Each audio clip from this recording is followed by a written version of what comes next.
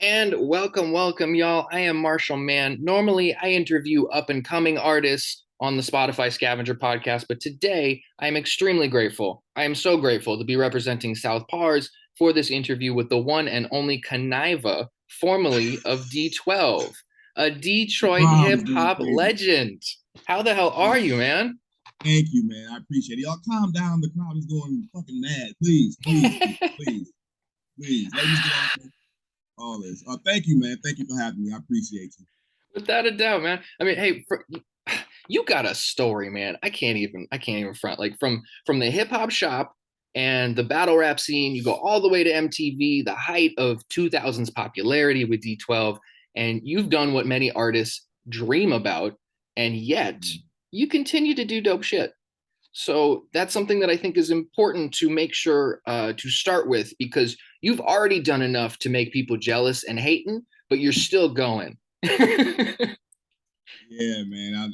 I gotta keep it going. I love music, and that's one thing that it's always been instilled inside me, and with all of the rest of the group members, we just love doing it. Just you probably just seen Marshall talking about how much he loves hip hop, loves the music, and that's something that we all share. That's a bond that we all share is that music, and I just love doing it. I could never see myself not doing what I do because it's me, you know. So um, I just got to keep giving people music. I got to keep creating. I'm just a creator, so that's just part of my makeup. It's just what I do. I love it, man. And there's so much Mm. respect that comes with that because that's the realest real. Um, Yeah. let's get into why you're here, though, man. Lost Gold is coming. You're celebrating the 10th anniversary of Lost Gold, and it's going to be available as a digital re-release. So we finally got it on the digital on the 22nd of September. Got some remastered tracks. This one's kind of special, though. Why do you think this project is so important to you? So much so to re-release it. And are we gonna hear any unreleased tracks as a bonus? Well, it's important to me. First off, it's important to me because I felt like it was a jewel that was missed because I only did a CD release when I first released it, and I felt like it was some jewels on here that the masses didn't exactly hear because it was only a limited edition, and I pressed them up maybe like 100 copies or so, and I signed them and did all that stuff, and it was just a limited release, and the masses didn't get a chance to hear it. So I decided to go back on this anniversary to re-release it digitally, and just so the world can appreciate it. I want everyone to hear it, everyone to experience it, and just give people that. And some were on the CD release. There was a lot of mixed. It was a few mixtape joints on there that were I didn't put on the actual re-release because they were industry beats that were rapped over already. It was like a Tupac beat, and I think it was No Church in the Wild. That was a Jay-Z beat, Jay-Z and Kanye. So it was more of a mixtape feel when I did it the last time. On this time, it's more of an LP feel. It's more of a solid, real project feel. So I left those. Of course, I had to leave those out when I re-released it. So I left those out and re-released that, and just wanted the world to experience this project. And then as far as the unreleased tracks, I do have an unreleased track on there. It's an unreleased joint. It's called Hands Up to 85.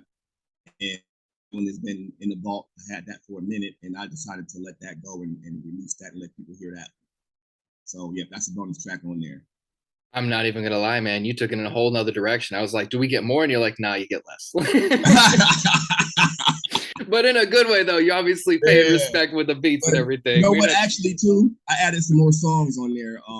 That was actually slept like I call them sleeper songs because they were slept on. As far as I did a joint, I did a album or a mixtape called Retribution back in the day, okay. and there's some joints on Retribution that were real strong to me that I wanted the masses to hear.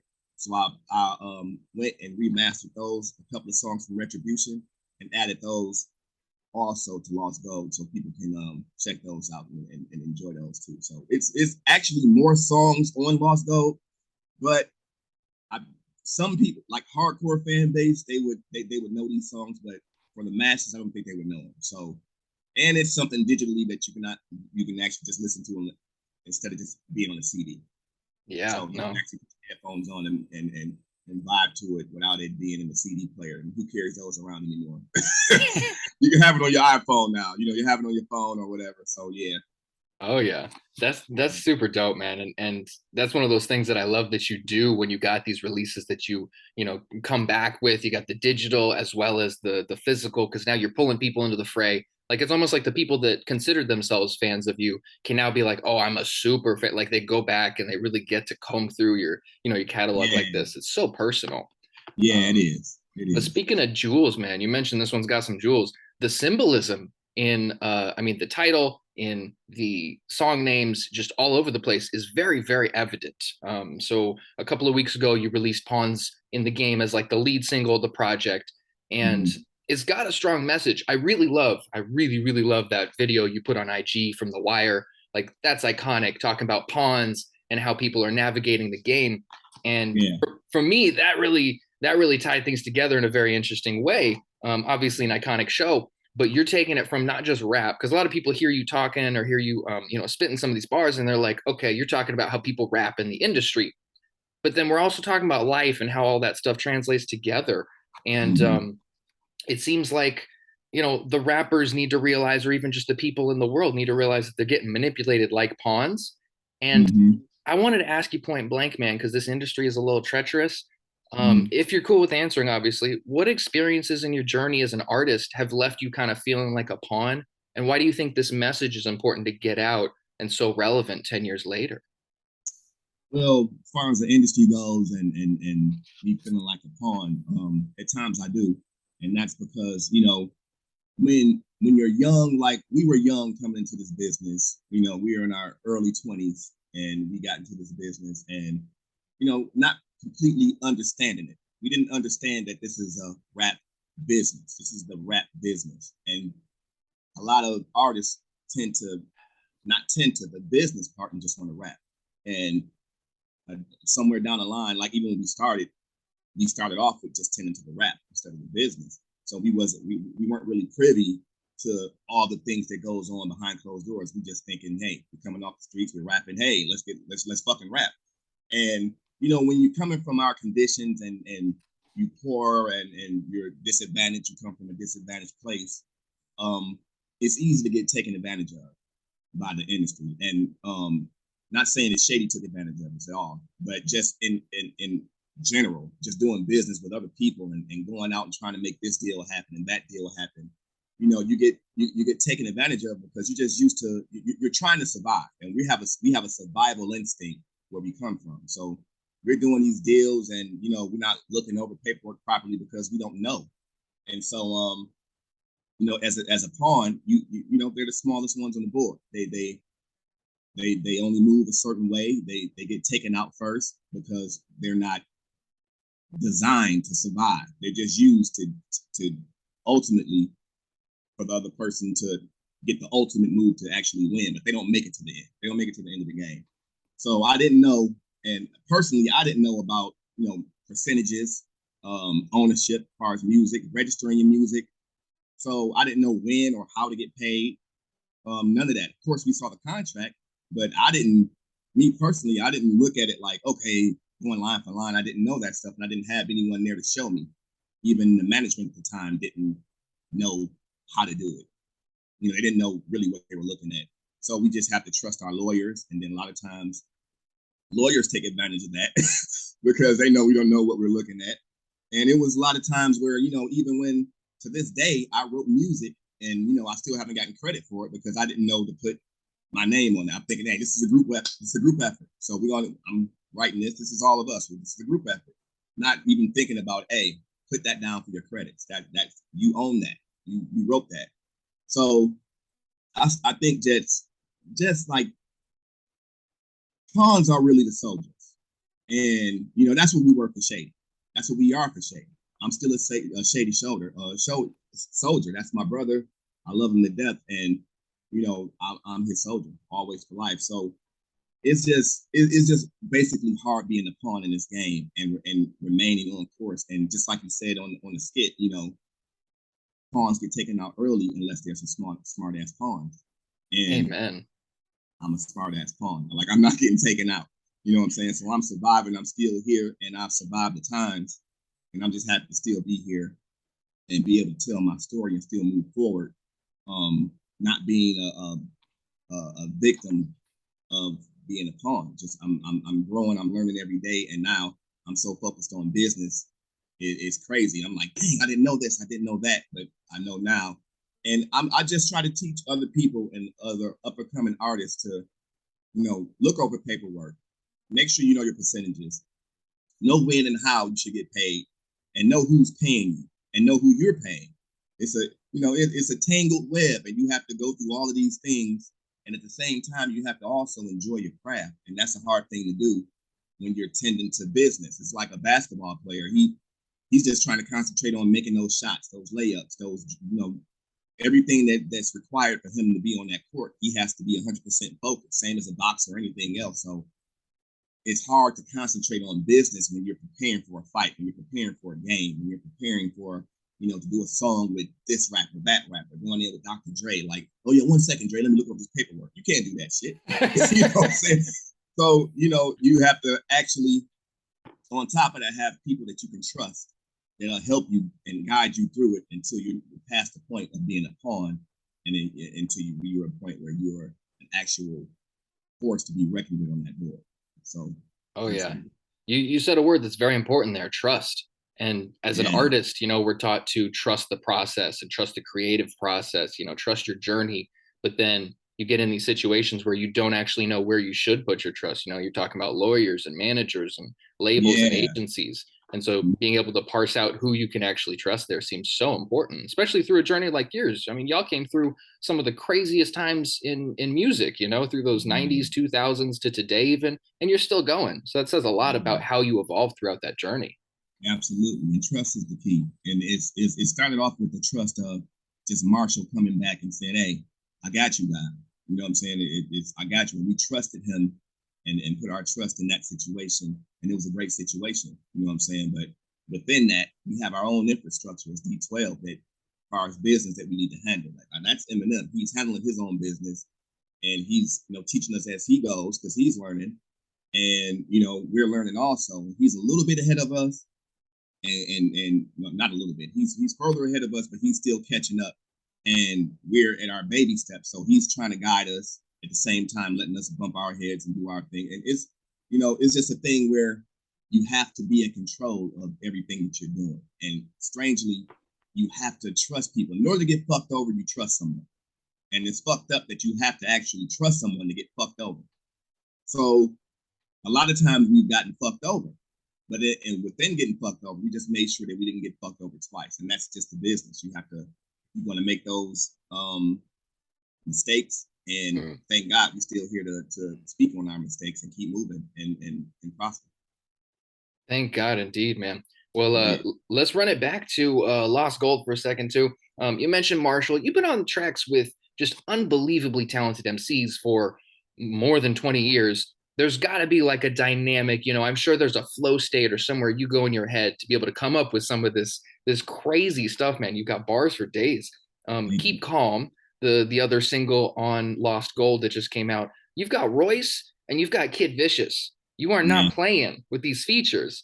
I need to ask, man, what's the writing process like? Because y'all are just out there killing things. Is there like, do you feel competition? When I know these guys are homies, but like, have you ever gotten a verse back and been like, shit, I got to read my mind? Like, this is just, you kind of start setting the bar higher and higher the more people jump in, almost like the battle rap scene. You know what I'm saying? Yeah. And what I do, I see it as, and this is just me personally. I think competing with somebody that you fuck with heavy, it's and respect heavily, like Royce and Vicious. Those are my brothers, man. I love them to death, and I love and respect those guys. And it's a thing where I always viewed it as that's some hating ass shit.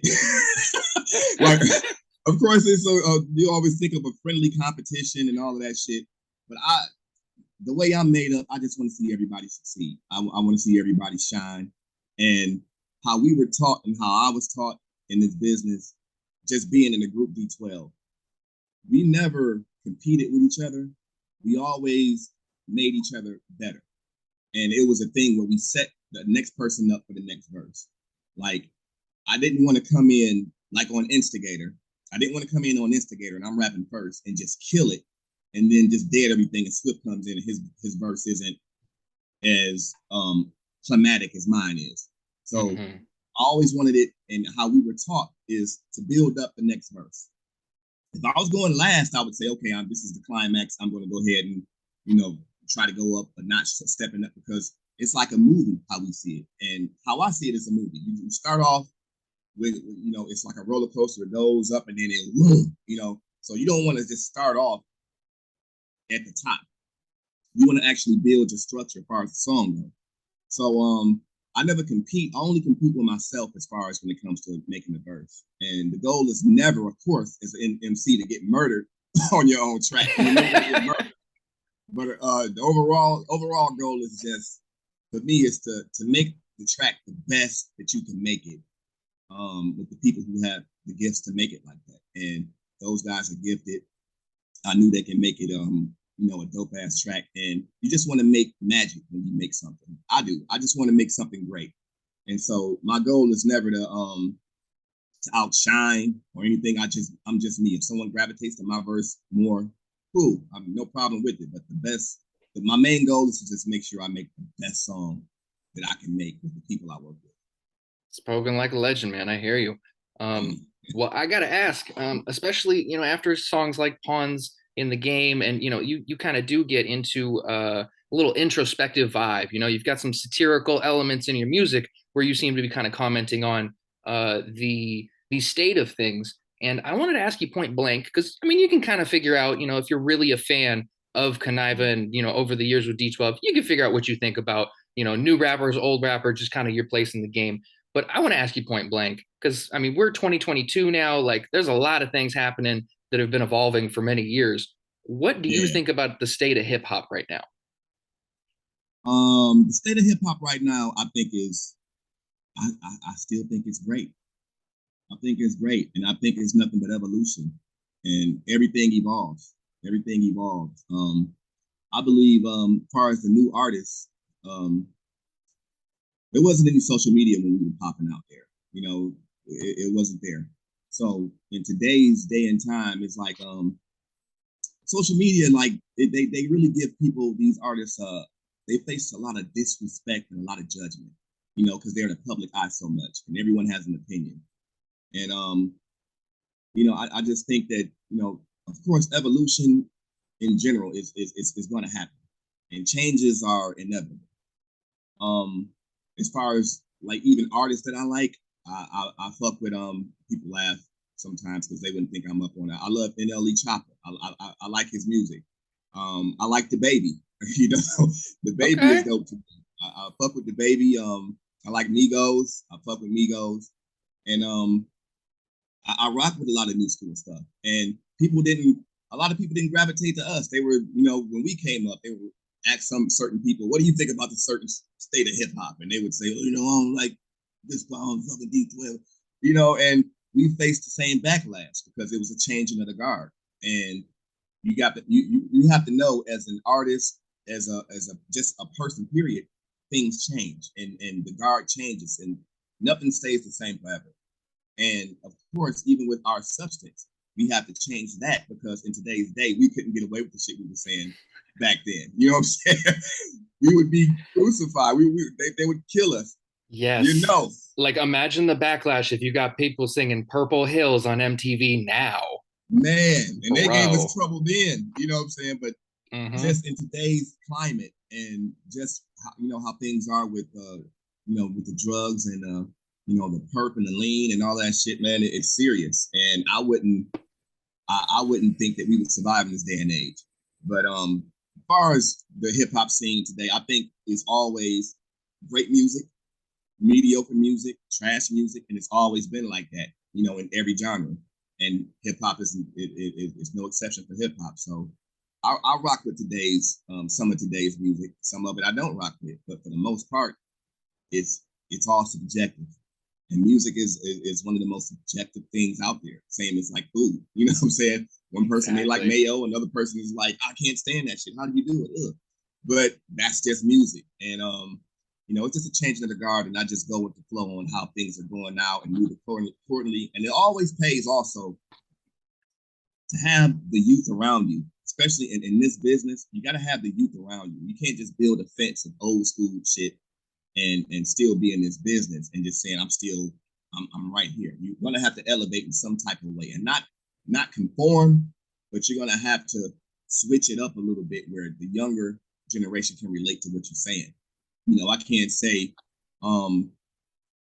like old school, do some old school slang and shit like, yo, I got a lot of ducats in my pocket. Like, what the fuck are ducats? You know what I'm saying?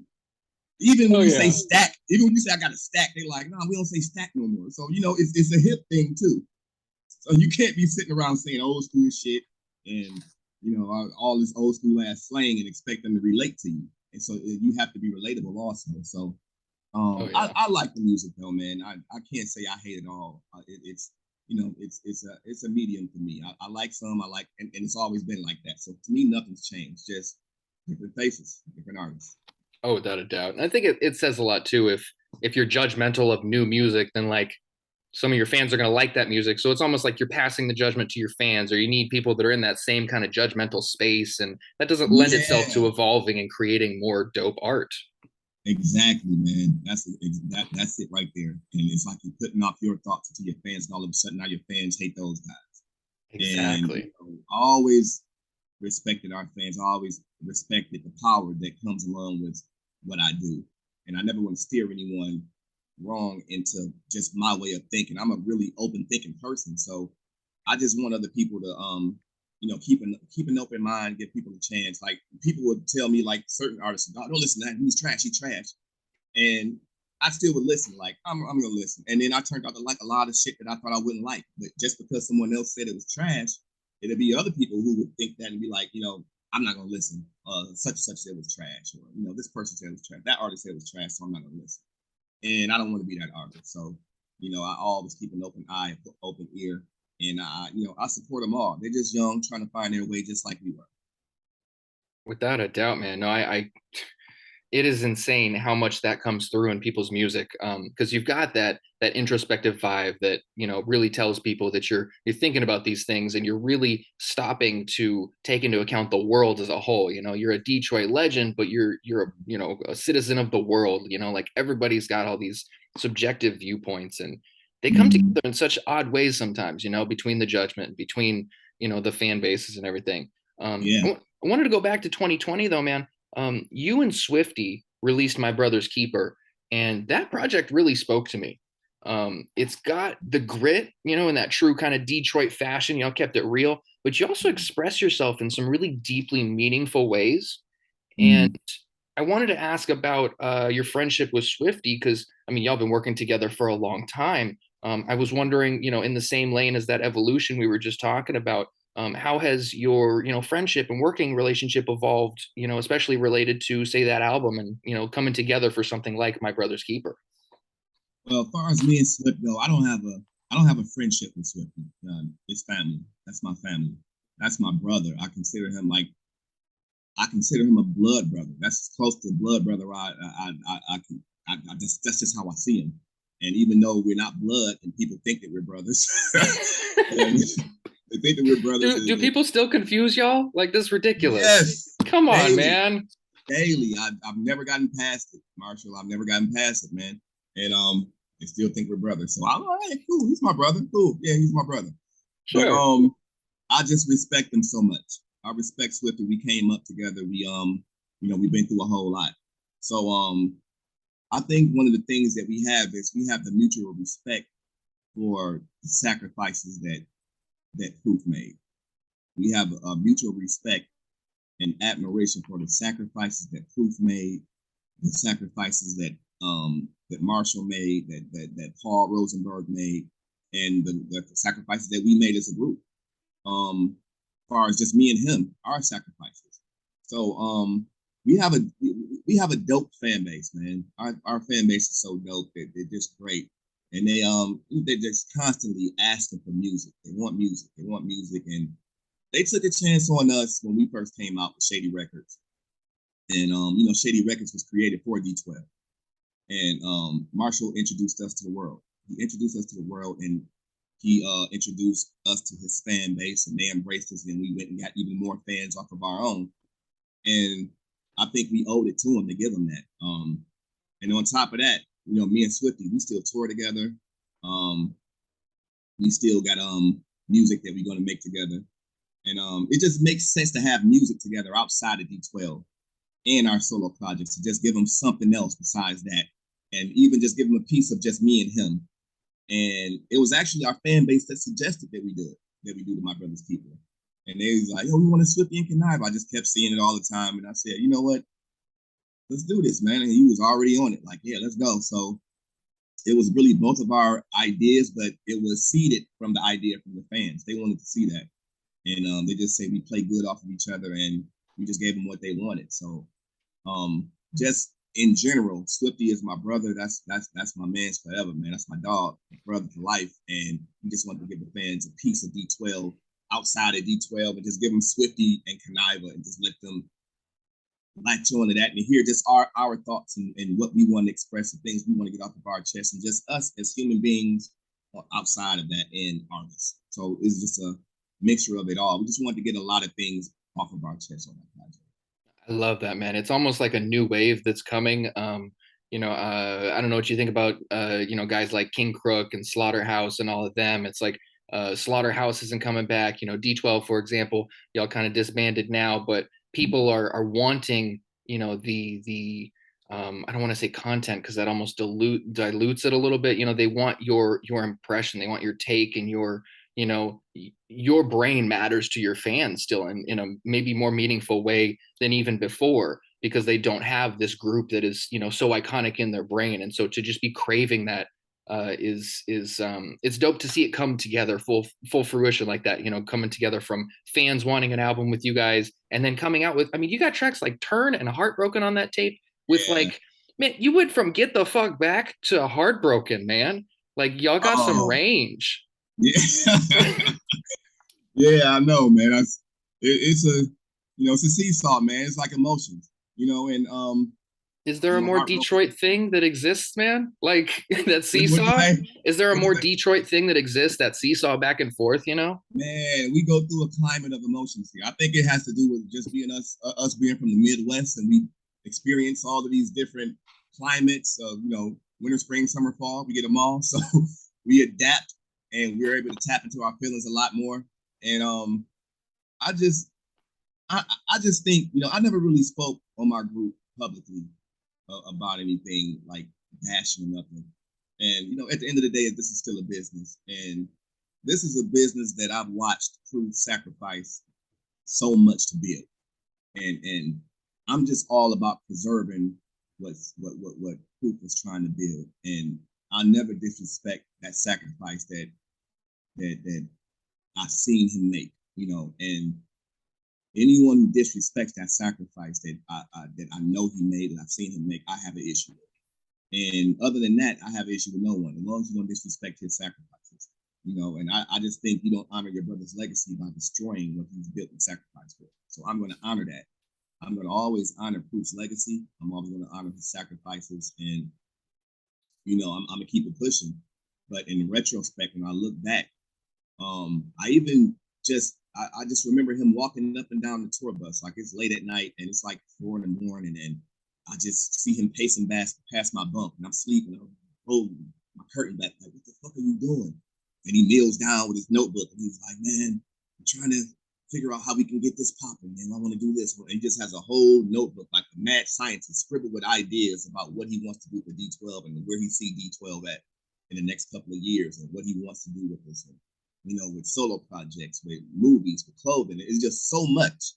And I watched him just go through these motions like every other night. I'm just seeing him pace back and forth, like, go to sleep, man.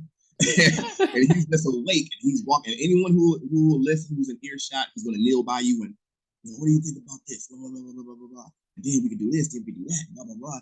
And, he just put so much into this group. And by him doing that, it showed me how much he cared for it. It showed me how much he wanted to preserve it and wanted it to grow, flourish, and to be something that'll make a worldwide impact. And I can never disrespect that sacrifice by moving on and saying, yo, it's over now. That's just me. I couldn't do that. So everyone has their own reasons to do what they do, and I respect that. But for me, I feel like I owe him more, because I know what he did for me. So I'm saying, me and Swift are saying, we're going to keep this going.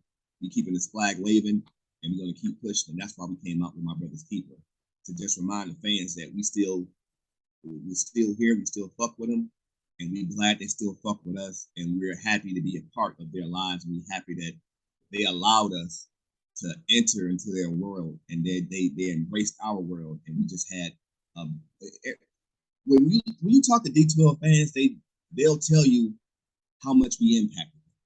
They'll tell you where they were when they first heard us. They'll tell you that they had to steal our tapes out of the store because they were underage, or they got someone to buy it, or their mom threw our tape and CDs in the trash, and they got in trouble because we just bring back a part of their lives, a memory that they have that they'll never forget.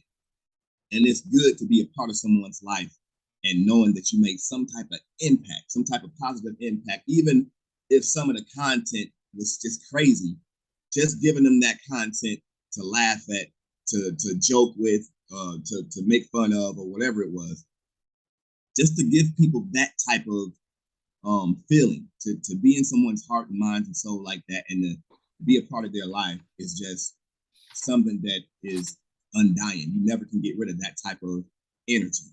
And just to press play on that album, and it takes you back. Like, man, I remember I was in middle school, high school. It takes you back.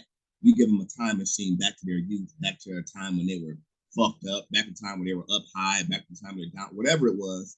We take them back there, and they'll remember it, and they remember D12. And we just want to be legendary and have an impact on people's lives. And I think we've done that. Man, I cannot tell you how unbelievably refreshing it is to meet artists that have that perspective.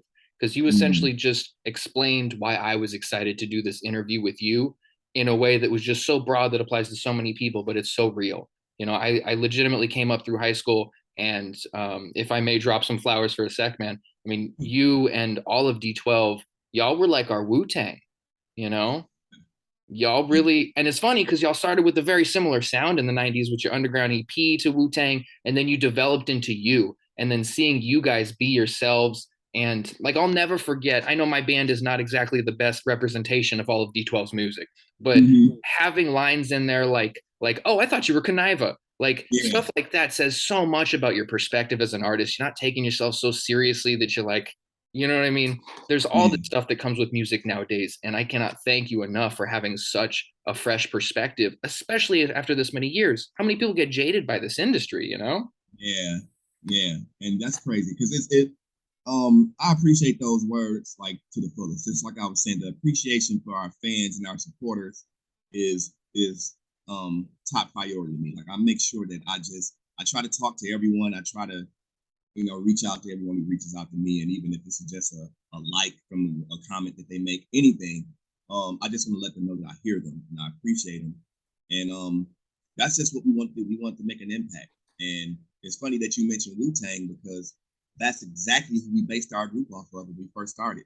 We wanted to be, quote unquote, the Detroit WuTang. That was our thing. We're going to be the Detroit WuTang. So we're going to get 12 members. Like we really were going to get fucking 12 members. And that shit didn't happen. But body and spirit, right? Y'all got the 6. Yeah, we got the 6 and we made it happen, man. We rigged that shit till it was 12.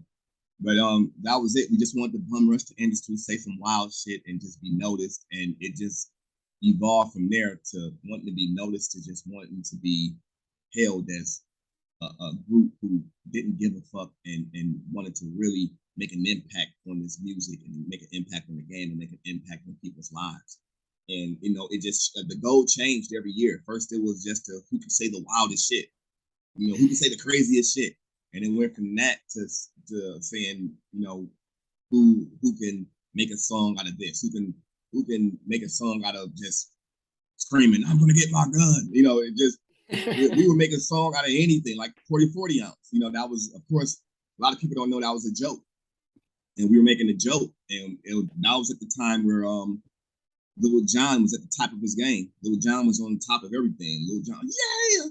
It's Lil Jon. And like, man, we were just sitting around and like, yo, Lil Jon can make a hook out of any fucking thing.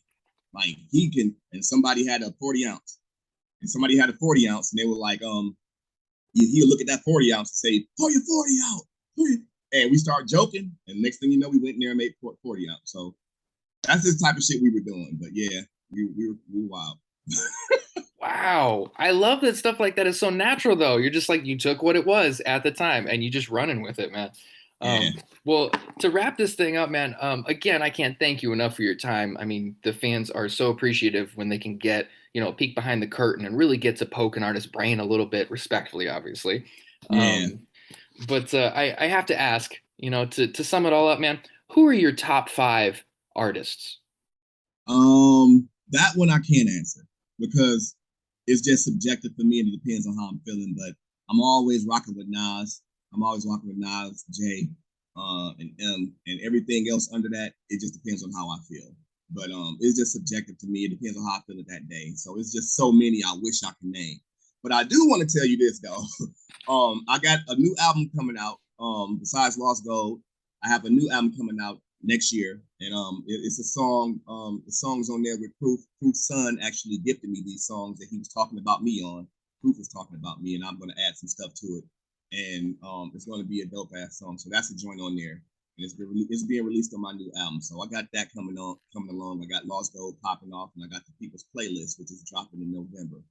And I just want to thank you and thank the fans and supporters out there for just letting me come on here and just talk about hip hop stuff I love doing, and just supporting me in general. It's been a long journey. It's been a tough journey, and I'm still standing. I'm still smiling. And I'm great, man. I'm happy.